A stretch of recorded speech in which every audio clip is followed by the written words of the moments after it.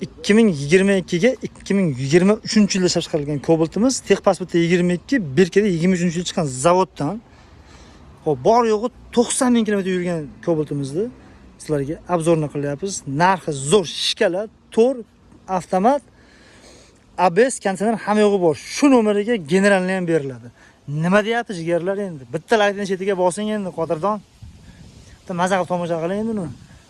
Kraskasi absolutno top-toza, petnozi ham yo'q. Tangidek petnozi topmasalaring deyapti. O'sha gap deyapti lekin. Mashina holati endi juda zo'r, juda ham qiziq. Narxi ham normalniy. Narxini ham bemalol bozordan tekshirib olishlaring mumkin. Bunda pult bormi, yo'qmi? O'zini zavodga qo'ydi, ha? Xo'p, to'g'ri avtomat 90.112 kilometr yurgan. Ishlashlari, holatlari juda ham chotki, test metaforlar qo'yib qo'yishgan, yaxshilardan qo'shgan ekan.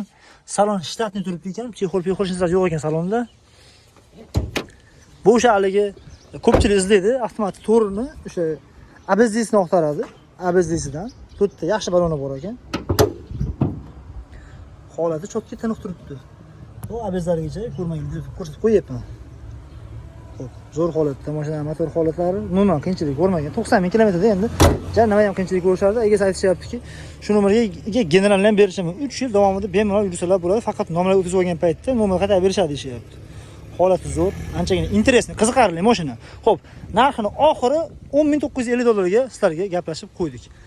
Video ma'qul kelgan bo'lsa, mashina ma'qul kelgan bo'lsa, qadrdonlar bosinglar, bosib yuringlar. Menimcha 10.950 ga shu nomeri bilan bu ashi bingo bonus bo'lyapti, bog'i.